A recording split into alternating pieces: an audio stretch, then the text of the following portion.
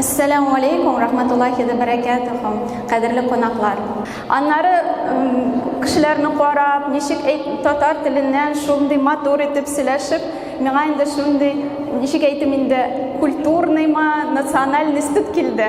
Стыд инде, что не умею разговаривать. Минем әбием ул татар теленнән укытучы иде. А миңа татар теле килмәде. Мотор итеп, вот кешеләр шикелле әйтә алмыйм. Һәм сездән гафу итенем, укыйммы, русча әйтимме дигән сорау бар. Әйе, ярый, алайсан. Беренчедән үзем белән таныштырыйм. Мин Әхмәтҗанова Гүлназ Эрик кызы, гаилә һәм балалар психологы һәм ассоциация мөселманнарга ярдәм итүче ассоциацияның әгъзасы. Мин инде бүген чыгышымда үземнең борчыган һәм бик мөһим проблемаларга тукталып китәсем килә. Беренчедән, biz әйтәбез, тамырларны белергә кирәк, кыйбласын белергә кирәк. Шуңа мин әйтәм, действительно, ул бик кирәкле әйбер, чөнки от баланың курку, икеләнү һәм борчу эчендә яшәргә мәҗбүр. Ул үзенең тамырларын, культурасын, әти-әниләрен тарихын, гаилә тарихын белмәсә, ул үзене теге агачның тамыры юк шикелле бик неуверенно хис итә үзенә. Кызганычка каршы, бүгенге әти-әниләр шул элемтәләрне үзләре дә югалтканнар. Алар үз әхлакый тәрбияләү бурчларын мәктәпкә, үсеш түгәрәкләргәме, центрларга яки интернетка тапшыралар.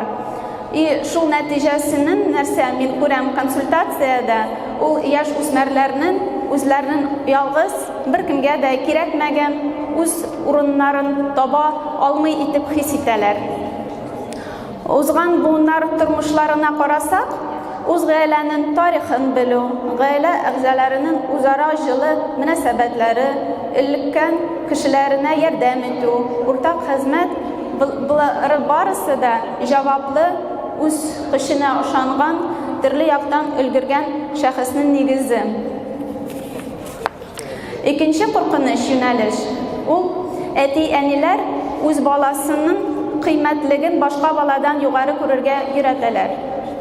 Әти-әниләр күп вакыт һәм кыш баланың интеллектуаль үсешенә, өстәмә белем алуына, лучше всех булуына багышлыйлар.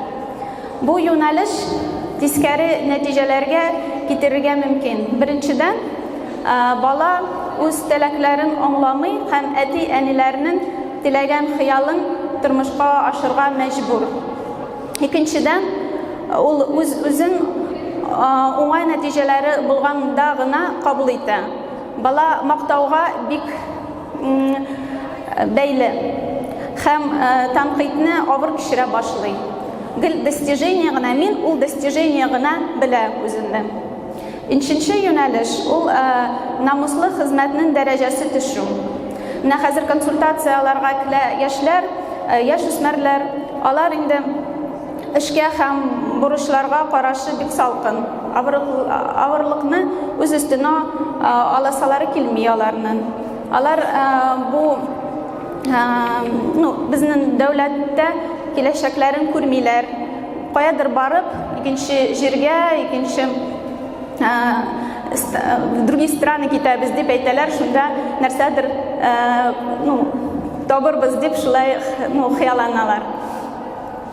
Һәм инде бүгенге көндә гаиләләрдә хезмәткә өйрәтү юкка тоже чыга.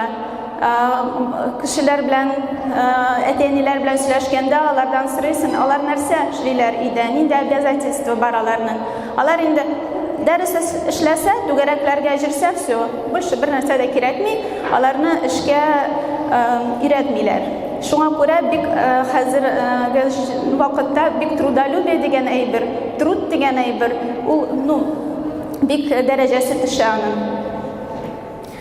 Дүртенче тенденция ул гаиләнең һәм әни булуын дәрәҗәләре төшүе. Консультацияларда кыз балалар бер генә баланы табу яки һәм уңышлы карьераны булдырганнан соң гына кияүгә чыгу турында әйтәләр. Демәк, акчалы һәм югары эш дәрәҗәсе, мал җыю, престиж, кыйммәтле электрон гаджетлары беренче урында. бик дә шундый проблема бу.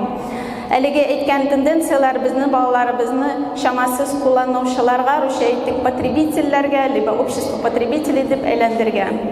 Шуңа күрә бала үз гаиләсе белән горурлана белсә, монда бик күп шул турында әйттек бүген.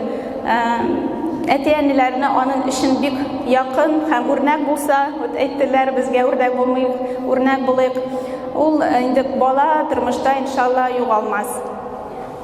Һәм инде гаиләнең дәрәҗәсен күтәрүне, әти-әниләрнең үз аннарын үстерү зур һәм бик кирәкле эш дип уйлыйм. Без инде мин үзем центр ачтык, Фолайв дигән. Анда без инде консультацияларны да үткәрәбез, һәм инде безнең мәктәпләр бар.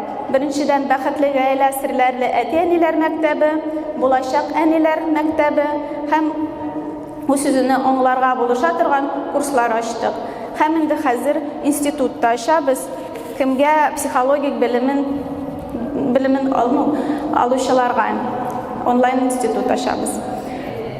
Шуңа күрә инде шундый тенденцияларны мин күрәм консультацияларда. Сезнең сорауларыгыз булса, җавап бирермен иншалла.